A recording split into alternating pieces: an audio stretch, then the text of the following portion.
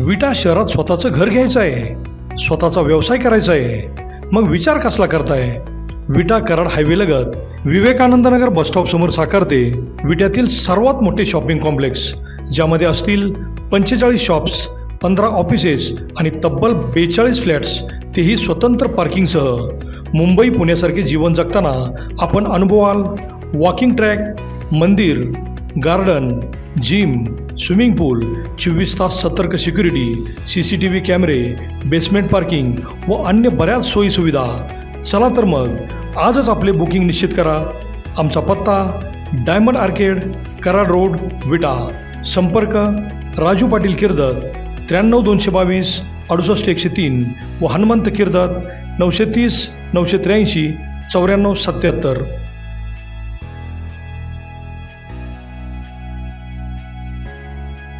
नमस्कार, प्राईम न्यूजमध्ये आपल्या सर्वांचे स्वागत. मतदारसंघात निवडणुकीच्या तोंडावर प्रचंड घडामोडी घडत असताना बाबर गटाकडून मोठी घोषणा झाल्याने महायुतीचे पारडे मजबूत होत आहे. मुख्यमंत्री सहाय्यता निधी योजनेच्या माध्यमातून आरोग्यवारी आपल्या दारी ही योजना आता घराघरात पोहोचवण्यासाठी मुख्यमंत्री सहाय्यता निधी कक्ष प्रमुख रामहरी राऊत यांनी महाराष्ट्र पिंजून काढायला सुरुवात केली असून मतदारसंघातील प्रत्येकाच्या अतिशय फायद्याची ही योजना असून आता आरोग्यासाठी सरकारच मदत करणार असल्याचे रामहरी राऊत यांनी सांगितले. आजारपणाचे किंवा शस्त्रक्रियेचे बिल आता सरकार देणार असून या योजनेमुळे विरोधकांच्या ओरात धडकी भरली आहे. पाहुयात काय आहे ही योजना.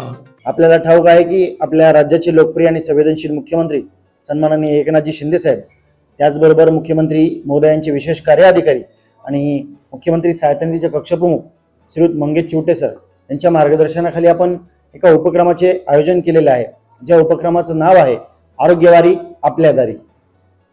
मित्रांनो, ही आरोग्यवारी दिनांक 1 ऑगस्ट रोजी सुरू झाली. याची सुरुवात मराठवाड्यातून बीड जिल्ह्यातून झाली. त्यानंतर मराठवाडा पूर्ण करून तसेच विदर्भामधून खानदेश आणि कोकण, आता पश्चिम महाराष्ट्रातून आज या खानापूर आटपाडी विधानसभेमध्ये आपण आज आलेलो आहोत. आपल्यापर्यंत पोहोचण्याचा मूळ उद्देश असा आहे की मुख्यमंत्री सहायता निधी योजना काय आहे, कशा पद्धतीने राबवली जाते, ती मिळवण्यासाठी काय कागदपत्राची आवश्यकता लागते, किंवा आतापर्यंत ही योजना कशा पद्धतीने चालली आहे, याचं वितरण किती झालंय, याची माहिती देण्यासाठी, खरं तर चर्चा करण्यासाठी, तुमच्याबरोबर संवाद साधण्यासाठी आज मी या ठिकाणी आलेलो आहे. एकूणच सांगायचं असं आहे की आपल्या माध्यमातून, म्हणजे पत्रकार बांधवाच्या माध्यमातून जास्तीत जास्त लोकांपर्यंत, तळागाळातील लोकांपर्यंत ही योजना पोहोचावी, यासाठी आज आपण या पत्रकार परिषदेचं आयोजन केलेलं आहे. मित्रांनो, आपल्याला माहिती आहे की घरामध्ये एखादा व्यक्ती जर आजारी पडला तर तो व्यक्ती आजारी नसून संपूर्ण कुटुंब त्याचा आजारी पडल्यासारखं असतं. त्याला निधी कसा मिळवावा, कुठल्या हॉस्पिटलमध्ये जावं, या सर्वाची अडचण भासत असते, त्याची फरफड होत असते. परंतु आता मुख्यमंत्री सहायता निधी मिळवणं अगदी सोपं झालेलं आहे. आपण जर बघितलं तर या ठिकाणी एक टोल फ्री क्रमांक दिलेला आहे 8650567567. यामध्ये जर आपण याला मिस कॉल दिला तर तात्काळ आपल्याला एक फॉर्म मिळतो आणि अगदी 4 ते 5 डॉक्युमेंट जर आपण पाठीमागे दिलेली जमा केली तर 5 ते 7 दिवसाच्या कालखंडामध्ये आपल्याला आपल्या खात्यामध्ये, आपल्या हॉस्पिटलच्या खात्यामध्ये हा निधी जमा होतो. तर हा निधी कोणाला मिळतो तर बघा, या ठिकाणी दिलेला एक कॉकलर इम्प्लांट, ज्या लहान मुलांच्या शस्त्रक्रिया असतात, ज्याला जन्मतः ऐकायला आणि बोलायला येत नाही, या व्यक्तीसाठी तब्बल 2 लाख रुपयाची मदत मुख्यमंत्री सहायता निधीतून मिळते. त्यानंतर रोड अपघात कुठलाही असेल, त्या रोड अपघाताला 1 लाख रुपयाची मदत मिळते.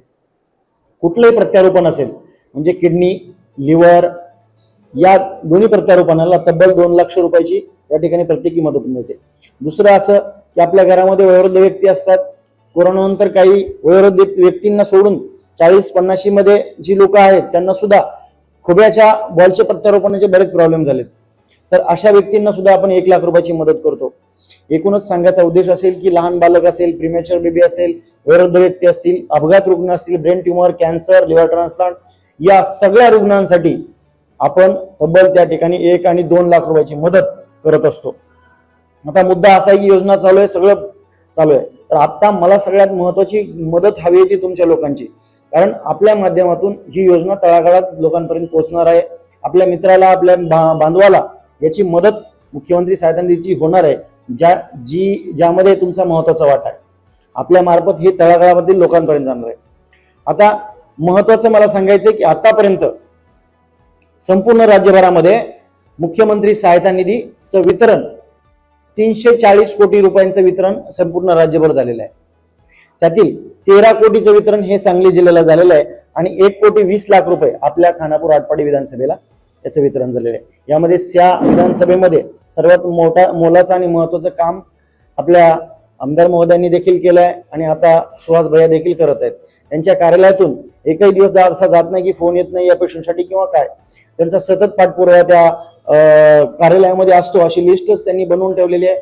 पेशंटसाठी ते सतत पाठपुरावा करत असतात आणि त्यांच्या पाठपुराव्यामुळे या मतदारसंघामध्ये 1,20,00,000 रुपयाचा निधी गोरगरीब रुग्णांना मिळालेला आहे.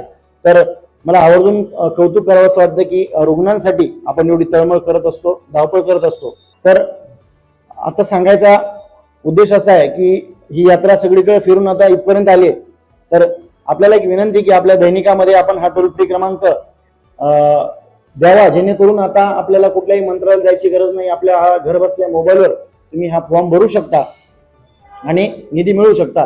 एवढी सरळ साधी सोपी प्रक्रिया आहे जी आपल्या मार्फत लोकांपर्यंत पोहोचेल आणि लोकांना त्याचा लाभ होईल. तर आता ही योजना, आपल्याला या योजनेमध्ये काही अडचणी असतील तर मला तुम्ही काही शंका विचारू शकता. आपण त्यानुसार त्याचा चर्चात्मक उहापोह करू. दुसरं एक सांगायचं आहे अजून, मुख्यमंत्री सहायता निधी मिळवण्याची आणि मुख्यमंत्री सहायता निधीला रुग्णालय इम्पॅनल करण्याची प्रक्रिया पूर्णतः निशुल्क आहे. आपण कुठलंही रुग्णालय, म्हणजे अगदी 30 बेडचं त्याचा क्रायटेरिया आहे, कुठलंही रुग्णालय तुम्ही घेऊन या.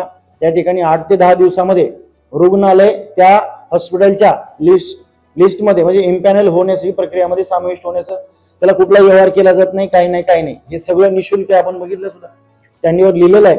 आपण सगळीकडं हेच आवर्जून सांगतोय की यासाठी कुठल्याही एजंटला भेटण्याची गरज नाही किंवा कोणाला पैसे देण्याची गरज नाही.